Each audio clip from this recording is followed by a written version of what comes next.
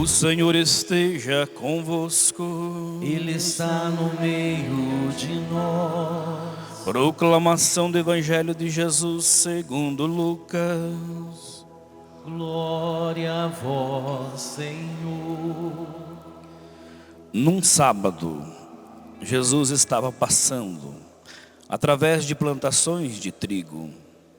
Seus discípulos arrancavam e comiam as espigas, debulhando-as com as mãos. Então alguns fariseus disseram: por que fazeis o que não é permitido em dia de sábado? Jesus respondeu-lhes: acaso vós não lestes o que Davi e seus companheiros fizeram quando estavam sentindo fome? Davi entrou na casa de Deus, pegou os pães oferecidos a Deus e os comeu, e ainda por cima os deu a seus companheiros.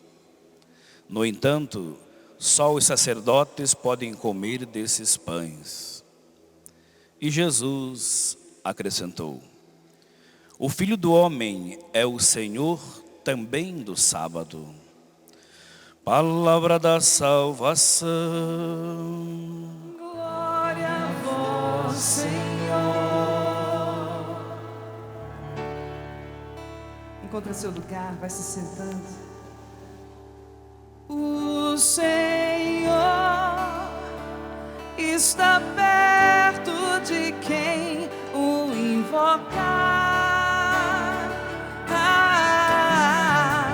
O Senhor está perto de quem o invocar. Você. O Senhor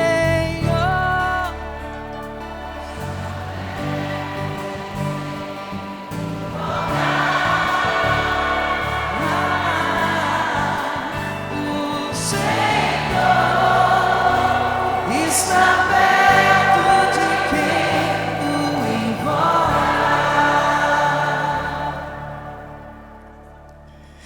Das muitas obras do Senhor aqui na Canção Nova, eu acredito que uma é muito particular e maravilhosa. É o grupo de oração diário, de segunda até sexta-feira, sempre o Sorrindo para a Vida.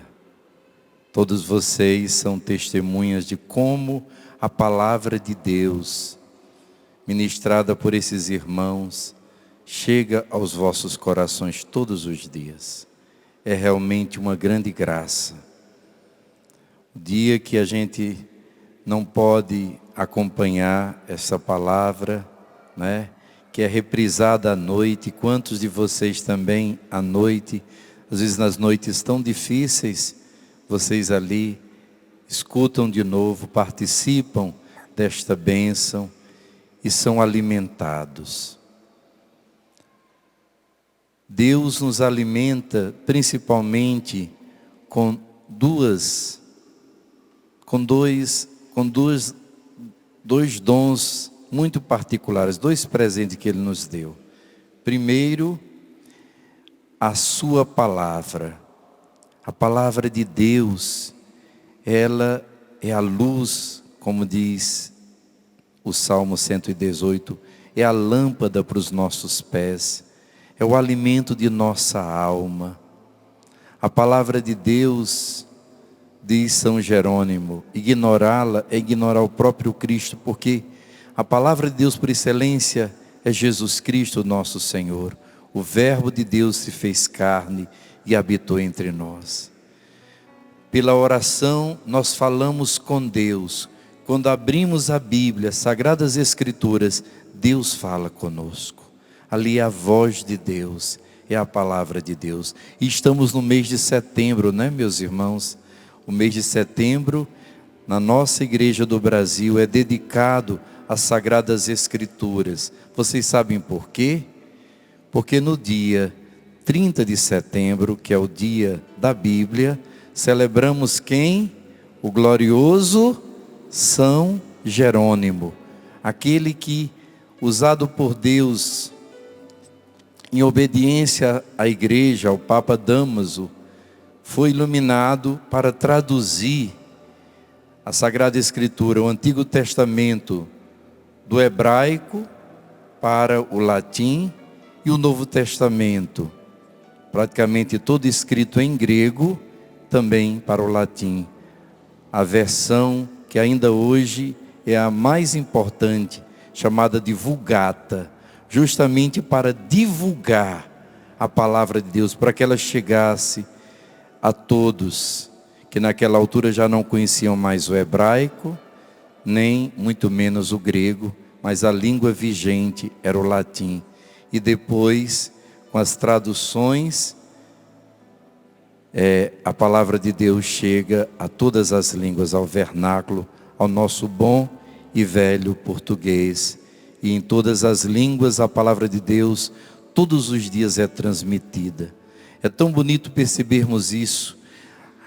O trabalho da Igreja Católica em nos catequizar, em nos ensinar as Sagradas Escrituras. Todos os dias, na Santa Missa, pelo menos escutamos 3 trechos das Sagradas Escrituras. A primeira leitura, hoje, por exemplo, escutamos, se bem que teve uma pequena confusão, mas é primeira carta de São Paulo aos Coríntios, capítulo 4, de 6 a 15, onde São Paulo vai nos falar que Cristo é o motivo porque Ele suporta todas as agruras, perseguições e dificuldades. Por amor a essa palavra de Deus, Ele é capaz de vencer todas as perseguições, afrontas e sofrimentos. Lemos sempre, meditamos o Salmo de hoje tão bonito. O Senhor está perto de quem o invoca. O Senhor está próximo de quem o invoca. Quem aqui tem invocado tanto o Senhor? Quem tem rezado todos os dias ao Senhor? Pois saiba, diga para o seu irmão também, o Senhor está perto de ti. O Senhor está lhe escutando. Frei, por que é que eu não vejo essas graças acontecerem? São muitos os motivos. Talvez você não está pedindo o que é melhor para você.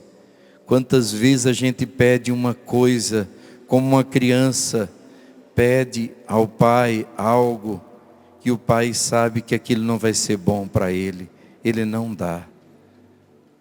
Mas não tenha medo, toda oração feita de todo o coração, ela é sempre atendida. De 2 maneiras, principalmente. Ou Deus faz o milagre que você está pedindo, ou se não for a hora, ou não for aquele milagre o melhor para você, Ele vai lhe responder, dando a graça de você saber esperar aquela hora, lhe capacitando para você receber na hora certa, ou também Ele vai lhe dar outra graça muito melhor. Quantas vezes a gente é surpreendido pelo Senhor, pela sua bondade. Por isso Ele mesmo diz, orai sem cessar. São Paulo vai dizer, orai em toda circunstância pelo Espírito, no qual vocês perseverem em intensa vigília de súplicas. Por isso é importante rezar sempre e nunca desanimar. Diga depois de mim, quem reza se salva, quem não reza se perde. Quem reza muito, ganha muito. Quem reza pouco, ganha muito pouco. Quem não reza, não ganha nada. Se perde. Por isso é importante escutar essa palavra. Deus fez com que a oração se tornasse o nosso ponto de apoio. Nós precisamos nos converter cada dia à oração. E oração, meus irmãos, nem sempre é uma oração de consolo. Quantos dias, o nome do programa é Sorrindo para a Vida, como o nome desse acampamento. Mas quantas vezes a gente está chorando. Quantas vezes a gente não tem mais nem lágrima para chorar? Quantas vezes a gente está tão atribulado que parece que não sentimos nada, o nosso coração vai ficando frio, endurecido pelas dificuldades da vida. Mas é preciso rezar, porque quem semeia entre lágrimas, entre sorrisos, vai colher. Por isso, muitas vezes também, Deus não dá a graça, porque se desse a graça como aqueles 9 leprosos curados, foram 10, mas só um voltou para agradecer. Quantas vezes, se você já receber a graça, me perdoe, você talvez vá ter a tentação de não voltar. Quantos de nós está aqui, fez um sacrifício muito grande, e o Senhor está vendo, e o Senhor quer honrar a sua fé, o seu sacrifício, de vir numa caravana, de vir às vezes até com tanto sacrifício para cá. O Senhor está vendo tudo isso. Mas se não fosse essa tribulação, se não fosse essa necessidade, talvez onde você estaria. Hoje estamos celebrando, é um dia de feriado nacional, Semana da Pátria, final da Semana da Pátria. Hoje é o dia da comemoração da independência do Brasil. E precisamos dar aquele grito, meus irmãos, que Dom Pedro I, nosso primeiro imperador, gritou aqui no estado de São Paulo, São Paulo capital, nas margens do rio Ipiranga: independência ou morte. Independência de quê? Do pecado, dessa preguiça, desse comodismo, dessa dureza que vai tomando conta do nosso coração. Ou ficamos independentes disso, ou buscamos com toda a força do nosso coração ao Senhor. E por isso, muitas vezes, mais uma vez eu repito, Ele muitas vezes permite essa tribulação para nos provar, para nos dar a graça de estar mais perto dEle, de buscá-lo. É o velho ditado que a gente não gosta muito, mas é uma grande realidade. Não vem no amor, muitas vezes vem na dor. Quem aqui foi alcançado no momento de dor da sua vida? Você encontrou a Deus? Levante alto a sua mão. A grande maioria de nós. Infelizmente o nosso coração é assim. Às vezes quando Deus faz tantas bênçãos para nós, nossa fé vai arrefecendo. Mas quando Ele nos mostra que só Ele é Deus, que sem Ele nós não podemos nada, que só com a sua graça e a sua misericórdia podemos, então é preciso buscá-lo. É preciso, Ele está perto, ouvir essa palavra, Ele está perto da pessoa que o invoca, de todo aquele que o invoca lealmente. Faça a sua oração não só com os lábios, faça a sua oração de todo o coração, é o que a palavra de Deus nos ensina. Mas o Senhor também nos alimenta com a Eucaristia. São 2 altares, preste atenção para você ver. Isso é a igreja nos ensinando na sua sabedoria bimilenar. Aqui temos o ambão, a mesa da palavra, pequena, mas tão importante, é o nosso primeiro alimento. É a primeira parte que estamos vivendo agora da Santa Missa, a liturgia da palavra. Mas aqui o centro, e nunca podemos esquecer, está aqui. O principal alimento aqui é um sacramental. Aqui é o Santíssimo Sacramento. Aqui está a mesa principal, é o altar. É a liturgia eucarística, onde Ele vai nos alimentar com a sua carne, com o seu sangue, com a sua alma e com a sua divindade. O Evangelho de hoje mostra uma cena tão simples, mas que nos faz pensar tanto. Veja, Jesus está com seus discípulos e uma multidão, pregando, curando, ministrando a misericórdia de Deus aos homens. E os discípulos estão seguindo Jesus já há muitos dias, e eles estão com fome, é sábado, e existem algumas ações que um judeu, segundo as tradições, não pode fazer. Até a quantidade de passos que um judeu pode dar no dia de sábado é contada. Ainda hoje, meus irmãos, se você vai lá na Terra Santa, quem já foi aqui na Terra Santa em peregrinação? Alguém já foi? Levanta a mão. Quem deseja um dia ir?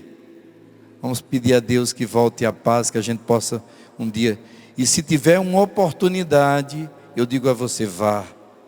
Porque é uma das principais peregrinações da nossa vida, é ir na Terra Santa. Mas se você ficar lá no hotel dos judeus, num dia de sábado, um judeu devoto, ortodoxo, ele não pode nem chamar o elevador, ele não pode tocar no botão.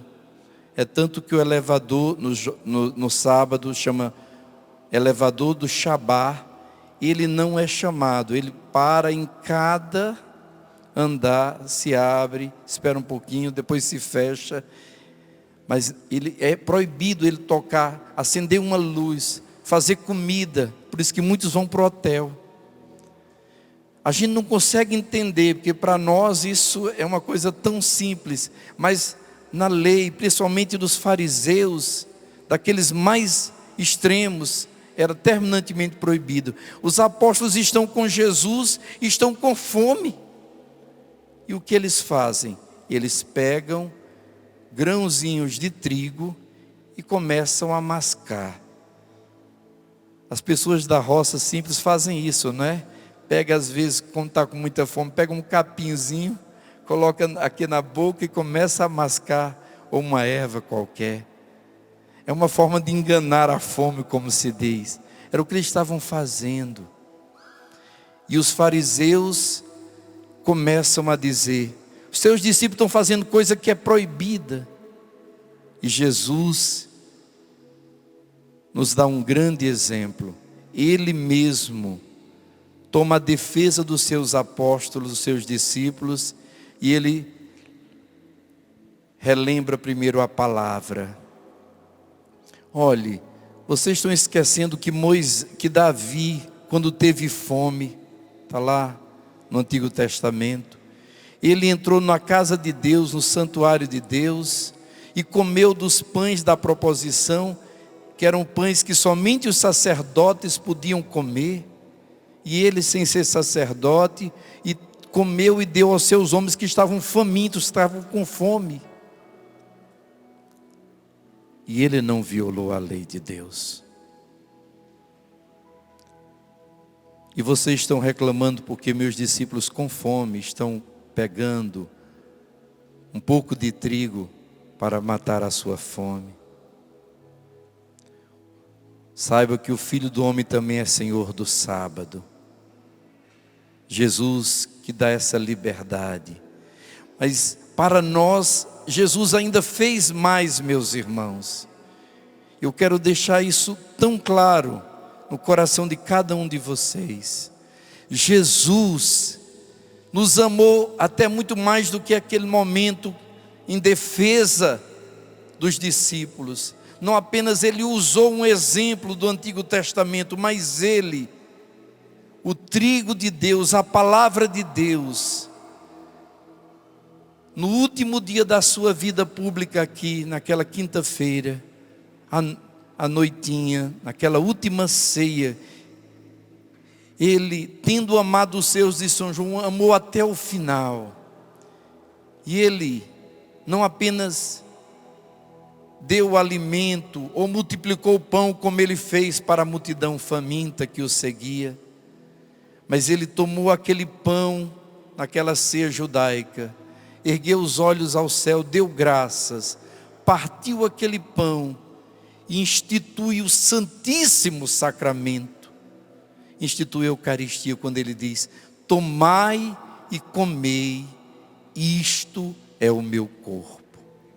Depois, pegando o cálice com vinho, deu graças novamente e deu a seus discípulos, dizendo: tomai e bebei, este é o cálice do meu sangue, o sangue da nova e eterna aliança, que será derramado por vós e por todos para a remissão dos pecados. E ordena os primeiros sacerdotes, dizendo: fazei isto em memória de mim. Estava ali criada a Santa Missa, o sacrifício eterno de Jesus. Ele iria consumar essa Santa Missa uma única vez no altar da cruz, derramando o seu sangue, oferecendo o seu santíssimo corpo e sangue para a nossa salvação ali na cruz, de uma forma cruenta, ou seja, com derramamento do sangue. Mas na quinta-feira já instituiu esse santíssimo sacramento. E ali acontece um grande milagre. Vocês sabem que existem 3 tipos de transformações, que são 3 milagres diferentes. Mas Jesus nos levou a adorar e a contemplar o maior desses milagres. O primeiro milagre ele fez em Caná da Galileia. Pegou água, 600 litros de água, e transformou em vinho. Esse é um milagre maravilhoso, mas é um milagre que é muito fácil de ser notado e percebido. Porque você tem H2O e de repente há uma mudança, tanto na aparência como na substância. Não é mais água, é vinho. É vinho. Uma outra mudança que acontece, que é também um milagre da bondade de Deus, é a mudança onde só a aparência muda, mas a substância não muda. Todos nós um dia fomos crianças, sim ou não? Se você pegar uma foto sua, de quando você era criança e hoje, você vai ver que parece outra pessoa. Mas é outra pessoa, sim ou não? Você mudou o seu RG, você mudou o nome do seu pai e da sua mãe, o local do seu nascimento, você permaneceu a mesma substância, a mesma identidade, a mesma essência. Você mudou por fora. Uma pessoa olhando diz: não, eu não creio que você era essa criança, ou que essa criança era você. Porque a mudança é muito absurda, mas houve uma mudança por fora e não houve uma mudança por dentro. A água e o vinho, é claro, mudou por dentro e por fora, mudou a aparência e a substância. Mas na Eucaristia, como é um milagre de fé, o Senhor faz com que aconteça um milagre que nós precisamos acreditar. O milagre é esse: a aparência não muda, mas muda a substância. É por isso que esse milagre nós chamamos de transubstanciação. Não é uma transformação da aparência. O gosto, a aparência não são percebidos pelos sentidos. Os sentidos não conseguem ver, não conseguem sentir, não conseguem cheirar outra coisa. Aparentemente não mudou nada. Depois da transubstanciação, daquele milagre que vai acontecer daqui a pouco, nesta mesa santa, vocês vão olhar e ver, parece apenas um pedaço de pão e um pouco de vinho. Mas tem toda uma diferença. Jesus disse as mesmas palavras através do sacerdote. E quem crê aqui na palavra de Jesus? O céu e a terra passarão, mas as minhas palavras não passarão. Tomai e comei, isto é, não representa, não simboliza, isto é o meu corpo. Tomai e bebei, isto é meu sangue.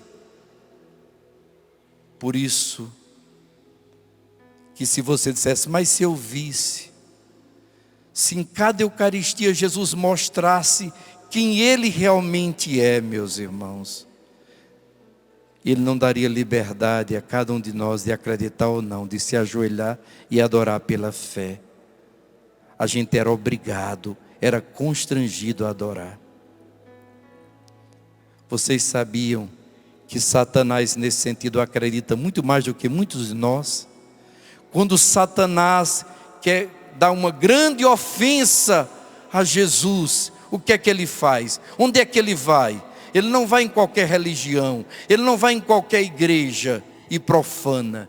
Ele vai direto a uma igreja católica, e ele vai direto ao sacrário, porque ele é espírito, e ele sabe que Jesus está ali, que Jesus humildemente se entrega nas mãos do sacerdote e a igreja, para ser o nosso alimento de vida e salvação, para ser a nossa comida, a nossa bebida, que traz a vida e a vida eterna, e para ser adorado, e para estar aqui. Hoje, indo para Aparecida do Norte, visitar nossa mãezinha, rezar por vocês, e pelo Brasil, eu pensava, cada igreja que está com Jesus Eucarístico, Ele é adorado ali pelos anjos e pelos santos. Por que é que Deus não castiga esse mundo tão cheio de pecado? Porque em cada rincão, em cada lugar, em cada cidade, Jesus está presente. Vocês sabiam que tem santos que andavam nos caminhos, e eles gostavam de andar nos caminhos onde tinha uma igreja?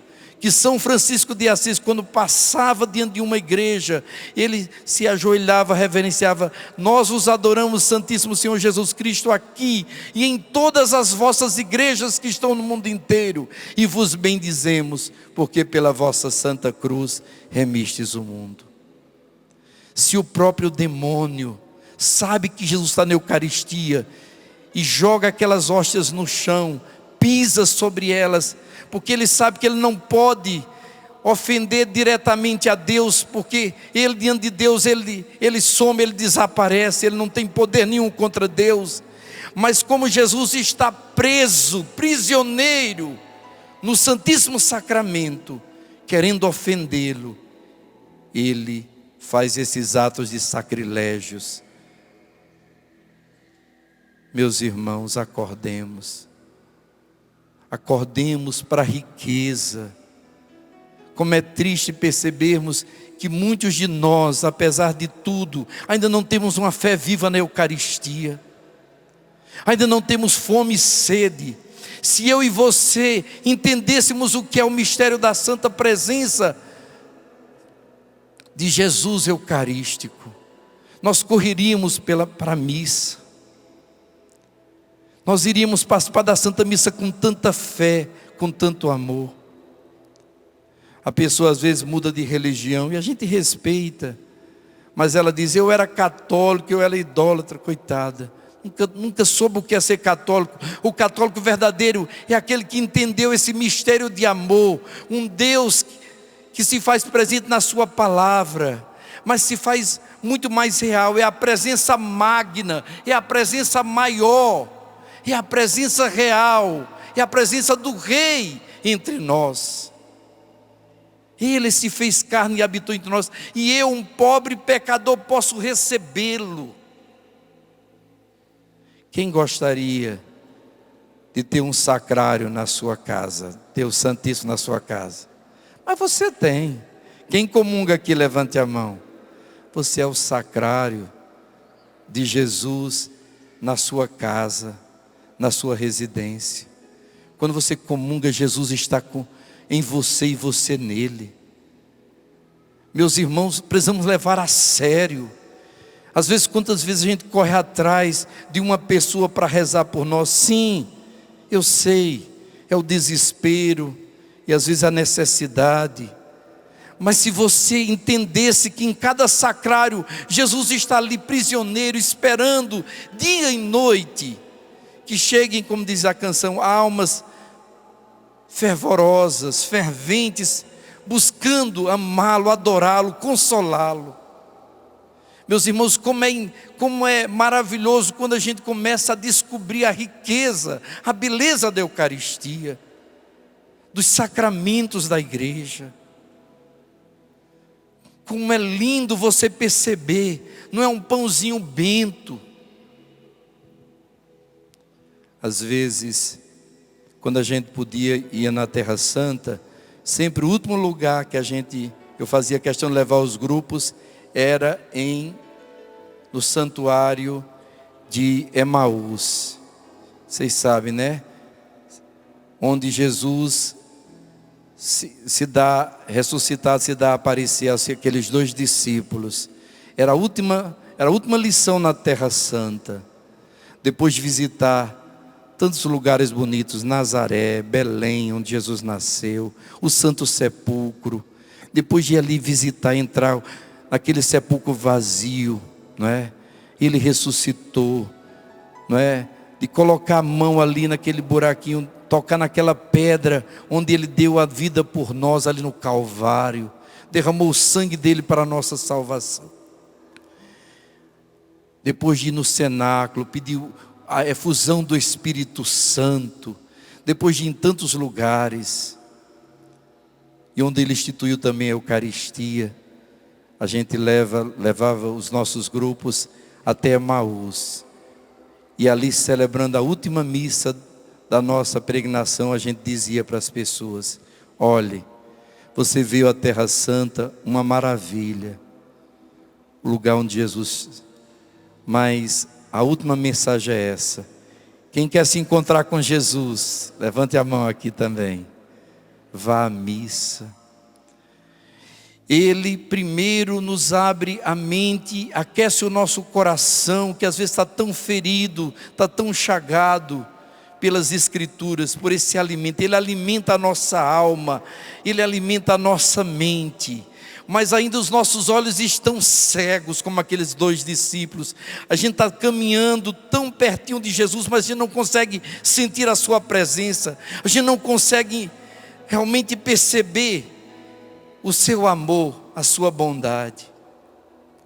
Mas quando ele entra na casa, primeiro faz de conta que vai passar, e a gente diz, como o Padre Pio gostava de dizer com essa oração, diga comigo: fica, Senhor, conosco, já é tarde, fica, Senhor, conosco. Diga forte, de todo o coração: fica, Senhor, comigo, não me deixe ficar sozinho, eu preciso de Ti, Senhor. Mas quando Jesus, convidado, entra, se põe à mesa, a esta mesa, a esse altar, pega aquele pão, como Ele fez na última ceia, quando Ele dá graças e parte o pão e entrega, os olhos deles se abrem. Eles descobrem que era Jesus que estava todo o tempo. Meus irmãos, só no último dia, na hora da nossa morte, a gente vai ver o que valeu cada Santa Missa que a gente participou. Dizem todos os santos que uma só Santa Missa, participada com fé e devoção, vai nos valer mais do que toda penitência e sacrifício que a gente possa ter feito na nossa vida. Acorda. Quem quer sorrir aqui para a vida? Quem quer sair cheio de alegria? Peça a Jesus a fé na Eucaristia, no Santíssimo Sacramento, que sua vida vai ser cheia de força. E como diz a bela canção, muitas vezes você chega cansado. Chego muitas vezes em tua casa, meu Senhor, triste, abatido, mas tua casa é meu coração. Sinto o céu dentro de mim. Não como porque mereço, Senhor. Eu sou tão indigno de Te receber. Pois preciso de Ti. Quando faltei à missa eu fugia de Ti, mas agora eu voltei. Por favor, me aceita. Vamos cantar isso, ficando de pé. Chego muitas vezes, erga as mãos, erga a voz, diga para o Senhor, mesmo cansado, sinta a alegria de estar aqui, de poder receber Jesus mais uma vez, de poder ouvir sua palavra. Peça ao Senhor que te tire desse torpor, que te tire desse abatimento, que os seus olhos se abram, que o seu coração seja aquecido por uma fé nova, viva e verdadeira. Jesus, fonte de misericórdia que jorra do templo. Jesus, o filho de rainha.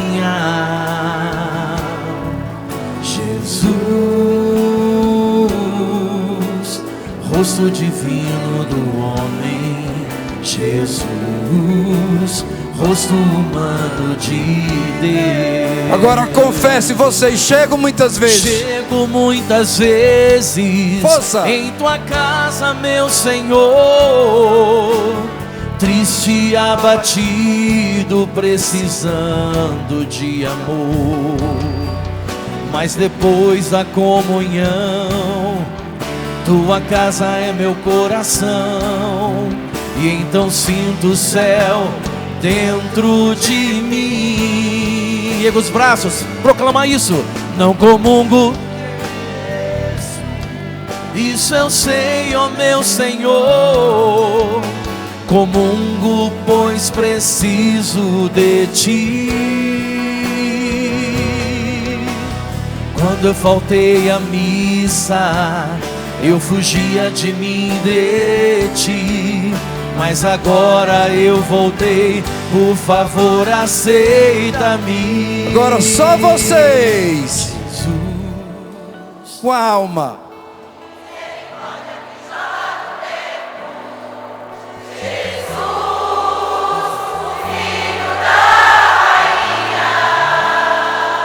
Mais forte ainda. Para Ele merece.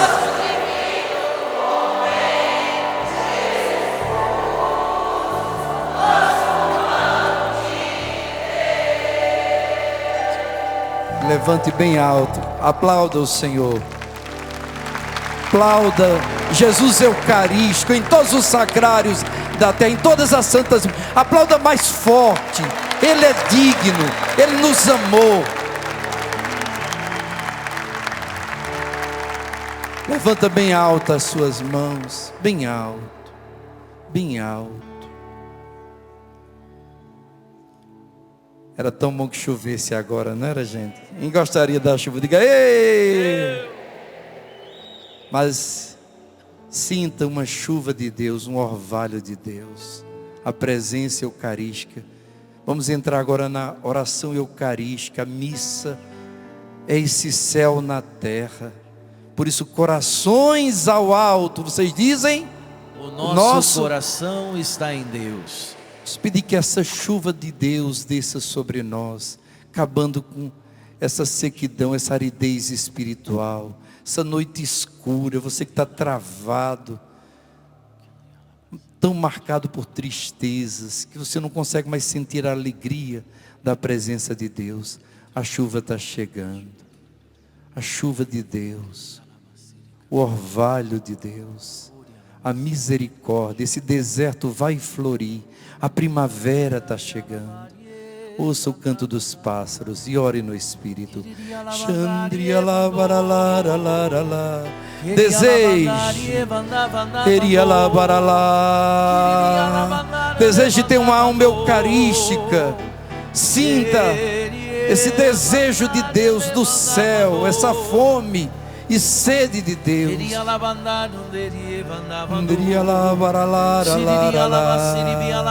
Peça que o seu coração seja aquecido, que seus olhos sejam abertos, que você contemple toda a beleza da Santa Missa, da Eucaristia.